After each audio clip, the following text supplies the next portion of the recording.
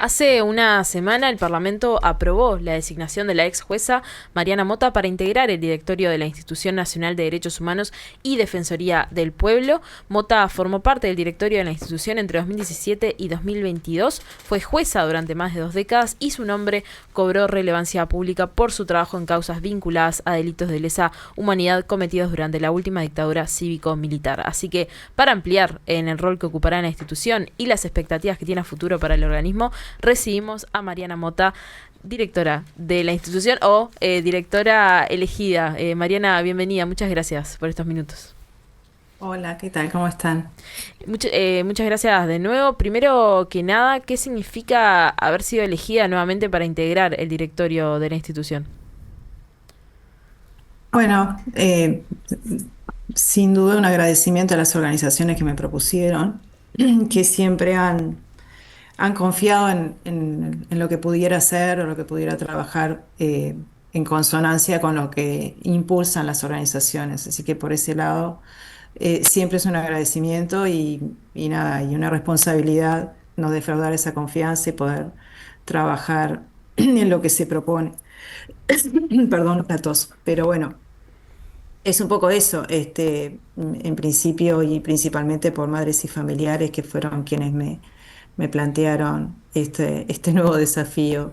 por el resto del periodo que queda en la institución. Bueno, y justamente nombrabas a madres y familiares y en conjunto con la Asociación de Expresos Políticos hicieron mucho hincapié en tu idoneidad para este cargo. ¿Por qué es relevante para vos contar con el respaldo de estas organizaciones? Bueno, fundamentalmente porque son los referentes en el tema de memoria, verdad y justicia, sin duda alguna, y porque, bueno, si se trata de trabajar en búsqueda, como también en otras áreas, pero principalmente en búsqueda, la participación de los familiares y el conocimiento de lo que se desarrolla en relación a la tarea de búsqueda es preceptiva, es recomendada, incluso bueno, por organismos internacionales que trabajan esta temática, pero también en las sentencias de condena al Uruguay lo han señalado la Corte Interamericana, que los familiares deben ser partícipes y deben conocer cuáles son las líneas de actuación, de manera que tener ese apoyo y bueno, y tener ese vínculo con familiares es bien importante. Mariana, retomando el periodo que ocupaste en el directorio entre 2017 y 2022 y también pensando un poco en los desafíos que se presentan para este periodo que vas a ocupar, ¿qué diferencias percibís en ese contexto en el que cuando estuviste y el de ahora? Bueno, yo no he entrado todavía a la institución, o sea que lo que puedo decir es bien verlo desde afuera, es un poco em, observar lo que ha pasado con la institución en otras áreas o en áreas que han sido y que siguen siendo muy vitales para la institución, como es el Mecanismo Nacional de Prevención contra la Tortura y la Defensoría del Pueblo y sus funciones de trabajo en ese sentido, pero también en otras áreas menos visibles, pero también bien importantes. Lo que veo es que la institución ha tenido, ha bajado mucho su visibilidad en la agenda pública, en su opinión en relación a expresar y a dar su mirada en relación a cómo se cumplen o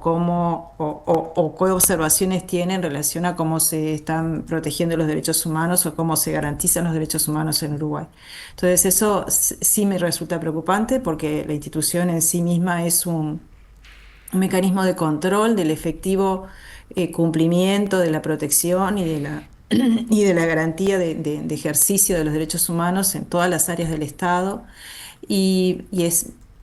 de llamativo que esta voz ha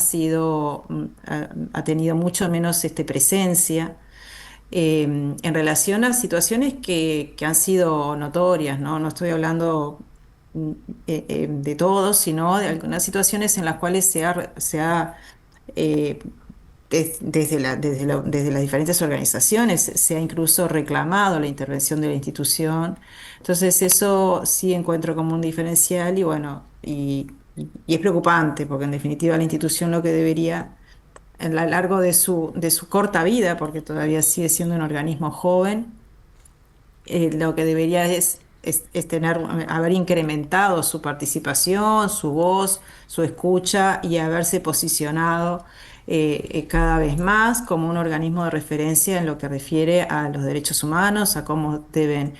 protegerse, a cómo deben asegurarse su ejercicio, a visibilizar las poblaciones con determinadas vulnerabilidades y de qué manera el Estado debería protegerlas y asegurar disipar esas discriminaciones, esas vulnerabilidades. Entonces, eso en principio es lo que sí lo señalo como una diferencia entre aquel periodo y no porque aquel periodo fuera mejor, sino porque la institución debería ir camino a sentarse como un organismo de referencia, por eso lo menciono. ¿Y por qué crees que ha bajado, como decías, esta visibilidad o no se notan tanto quizá las acciones que tiene la Institución Nacional de Derechos Humanos?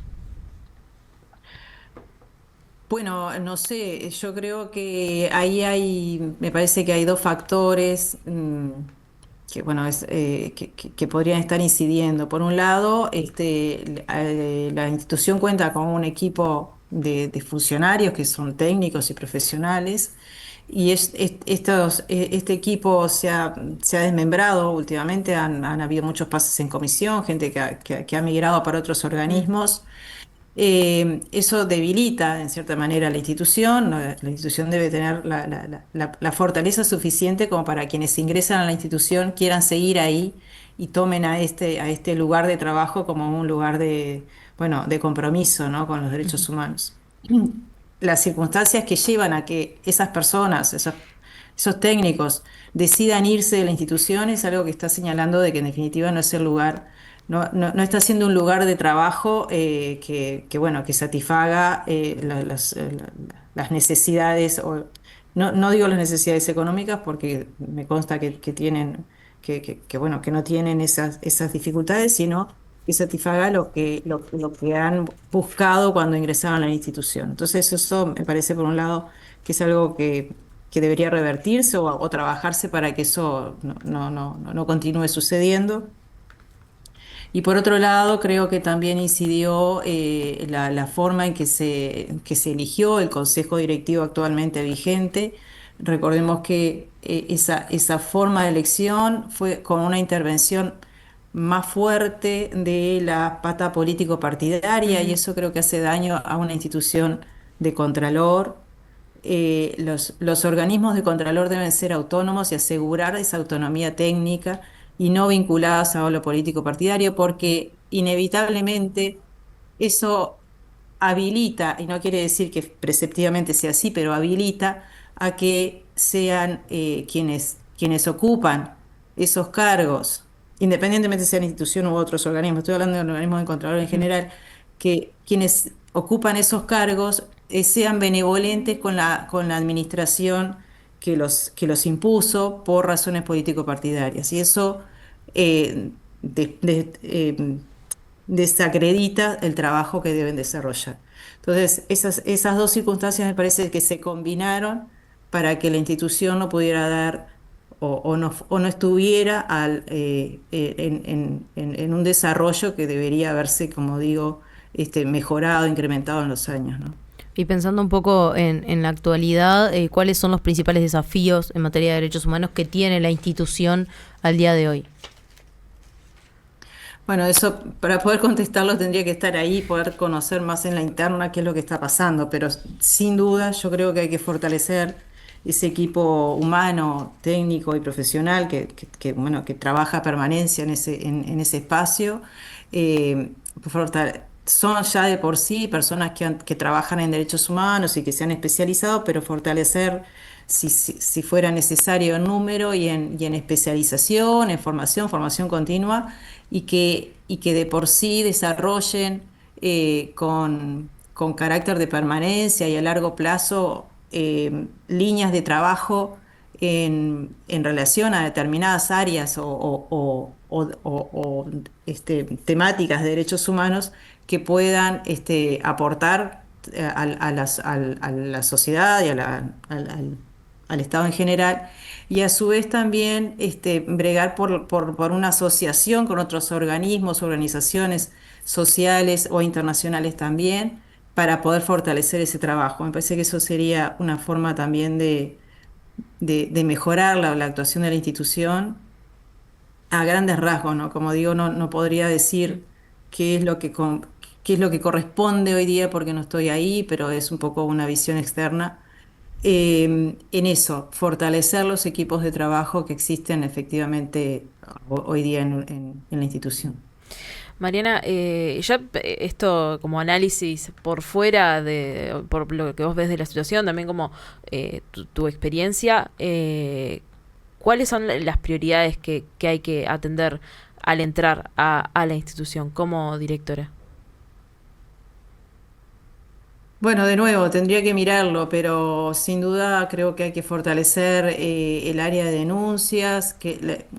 el área que refiere a las denuncias, que ahora se llama Defensoría del Pueblo, tiene en sí mismo determinadas características que la deberían hacer elegible cuando entienden que hay una violación a sus derechos y es, por un lado, la falta de formalismos, obviamente es gratuito el trámite y no requiere firma letrada ni requiere una formalidad específica y eso lo hace como más fácil de acceder a ese trámite. Pero a su vez, lo que también debería ser un diferencial es que las decisiones que se adopten en el curso de una investigación, las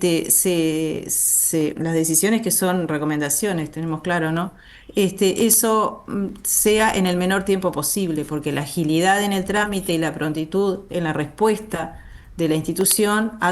podría ser que este mecanismo, que en realidad es a servicio de la población y que también permite articular con los diferentes organismos del Estado y mejorar la función estatal, pueda ser utilizado y redunde en mejores resultados. Ujú. Eso por un lado. Y por otro lado, el tema del Mecanismo Nacional de Prevención, bueno, que tiene una tarea muy vasta, pero que además es bien importante poder darle mayor difusión a sus informes y que además eso pueda ser un insumo, principalmente, por ejemplo, con las diferentes poblaciones privadas de libertad, que es una de las temáticas que preocupa a la administración y a toda la sociedad en general, ¿no? Entonces me parece que el poder tener mayor incidencia en la agenda y en las políticas públicas que se desarrollen, por ejemplo, en el tema de la seguridad y las superpoblaciones en los lugares de privación de libertad, sé que el mecanismo tiene muy buena información, muy buenos técnicos y podría ser un insumo de calidad para poder aportar. Mariana, en torno a las discusiones políticas que se han dado respecto a la Institución Nacional de Derechos Humanos y particularmente, bueno, cuando se empezó a hablar de vuelta de la elección, ¿no? De una persona que cubriera el rol de Wilder Taylor, que finalmente se designó tu nombre para ocuparlo, se abrió nuevamente esta, de alguna manera, discusión de si es necesaria o no la Institución de Derechos Humanos, que no es la primera vez que se menciona, varias veces políticos que hoy por hoy están en la oposición se han referido al respecto y esta vez fue el diputado Gustavo Salle el que dijo que no era necesario tener una institución. ¿Por qué es relevante el rol de la Institución Nacional de Derechos Humanos y por qué eligen reivindicarlo como tal? Bueno, para empezar, el origen de la institución tiene un origen desde que, bueno, de organismos internacionales, la Asamblea General de las Naciones Unidas lo consideró como un mecanismo importante para poder ver de qué manera los estados honran sus compromisos internacionales en lo que refiere a la protección de derechos humanos. Este mismo mecanismo existe en más de 120 países, o sea, creo que no es una excepción que Uruguay lo haga, y entonces me parece que decir, bueno, vamos a eliminar la institución, me parece que es un retroceso. Ujú. Todos los mecanismos y las formas de contralor y de protección de los derechos humanos que se instalen y que se desarrollen siempre son bienvenidos, en tanto permiten asegurar que efectivamente el Estado está desarrollando políticas de protección a los derechos de las personas y no es solamente un título o un deseo de buena voluntad, sino que eso efectivamente se concrete en la práctica y en el ejercicio de las funciones estatales, cualquiera sea ellas. Ujú. Plantear que sustituye al Poder Judicial es un error, es simplemente leer la ley y darse cuenta que no lo sustituye, sino que funciona desde otro punto de vista. Pero además, la institución bien puede también observar al Poder Judicial, porque es un organismo del Estado dentro de todos los organismos del Estado que la institución tiene ese carácter de veedor para ver de qué manera se protege. De hecho, lo ha hecho y ha observado a veces, ha observado en recomendaciones, cuando el Poder Judicial demora en exceso en en resolver determinadas temáticas, cuando en definitiva esa demora significa en sí mismo un perjuicio o mayor daño para las víctimas. A María, veces las poblaciones tienen, las poblaciones justiciables son muy específicas y los tiempos tienen otro valor, como es ujú. el caso de las niñeces y las adolescencias, cuando son juicios que refieren a esa población. Entonces, pensar que la institución no es necesaria porque existe un poder judicial es no entender qué es la protección de los derechos humanos.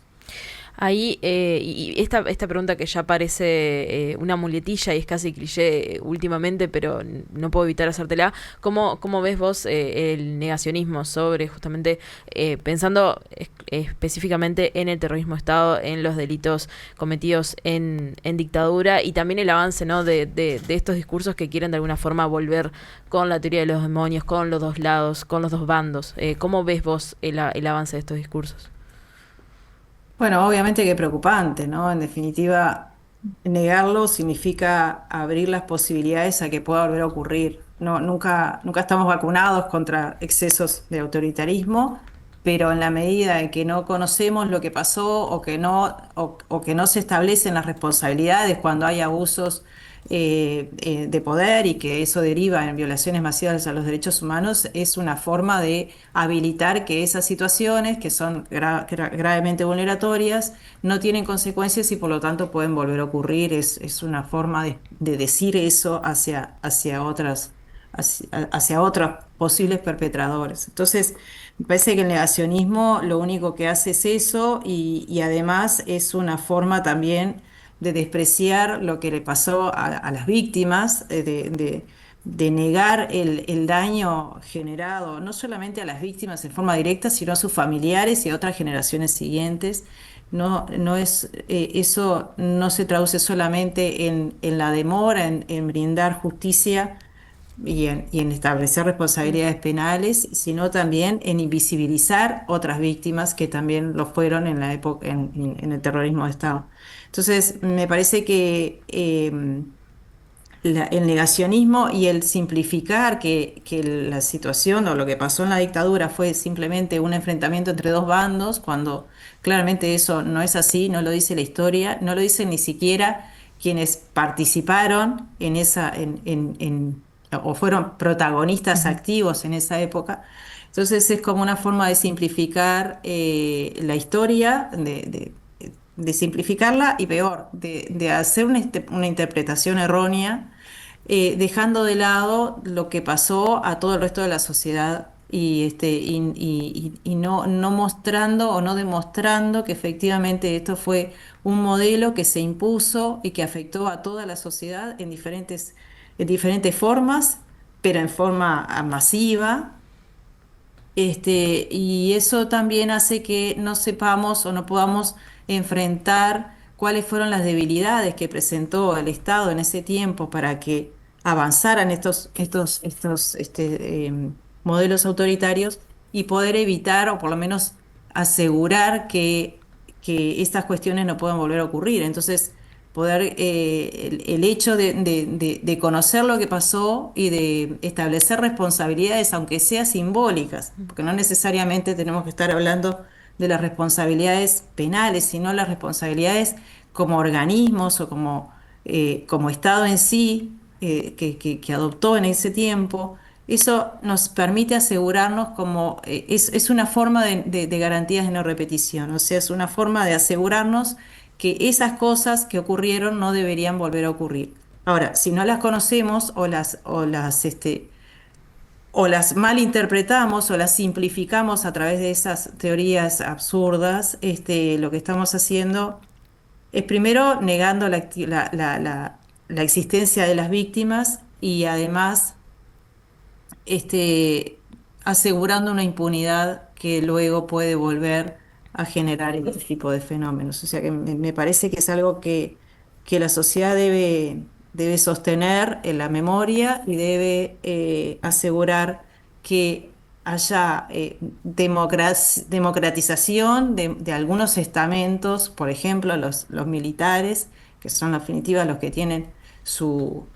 armas, pero también los políticos, porque no olvidemos que también son los que interpretan y luego llevan adelante las políticas. Entonces, esos también deberían tener claro cuál es el rol del Estado, qué fue lo que pasó y de qué manera nos debemos una explicación y un fortalecimiento de la democracia para que eso no vuelva a ocurrir.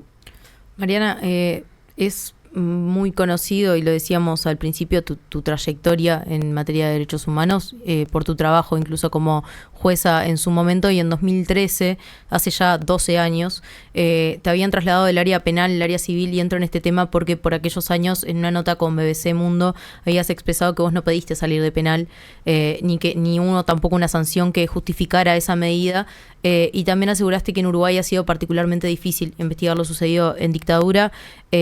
y creo que toma muchísimo más relevancia esto dicho por vos con la trayectoria que tenés, incluso también recordando que fuiste quien dictó la sentencia condenatoria a Juan María Bordaberry, el dictador uruguayo. Entonces, ¿cómo ha sido tu experiencia de trabajo en esa área y qué voluntad has visto de parte del sistema en condenar este tipo de actos de lesa humanidad y también, ¿no?, en la reparación de las víctimas, ¿no? Bueno, la trayectoria del sistema de justicia, del sistema de administración de justicia en general en relación al abordaje de los crímenes de lesa humanidad ha sido lento, con muchos obstáculos y todavía creo que estamos en un estadio que, si bien es mejor que en otro tiempo, le falta todavía muchas definiciones. O sea, tenemos eh, desde aquella época e incluso antes un poder judicial que era muy reactivo a investigar este tipo de causas. Mi traslado se inscriben un poco en esa situación de mucha presión para quienes estaban desarrollando ese trabajo, de consecuencias en sus propias carreras. Bueno, que éramos conscientes de que eso ocurría, pero en definitiva eso pasaba, de falta de apoyo técnico para desarrollar una tarea que era realmente compleja, que estabas trabajando con víctimas que estaban muy dañadas y por lo tanto precisaban un apoyo psicológico que nunca tuvieron y que deberían procurarse por sí mismos, y en realidad el Poder Judicial o el sistema de administración de justicia debía haber proporcionado algún tipo de apoyo, y eso nunca ocurrió, como tampoco apoyo a quienes trabajamos en ese tiempo en relación al abordaje de documentación muy variada, muy extensa y muchas veces técnica. Entonces, era un trabajo con muchas desventajas, por decirlo de alguna manera. Entonces, eso como que deja en evidencia que en realidad el sistema de administración de justicia no tomaba a estas causas con una calidad diferente a todas las demás, o sea, a todas las comunes y corrientes que transitábamos día a día. Y esa negación a las características del daño de las víctimas, a las características de a quién se estaba investigando, que en definitiva eran exfuncionarios estatales, eh, lleva también íncito que había una negación a considerar que eran delitos de lesa humanidad. De hecho, hasta el día de hoy no se los considera así, y a una discusión muy larga durante todos los años, doctrinaria y jurisprudencial, acerca de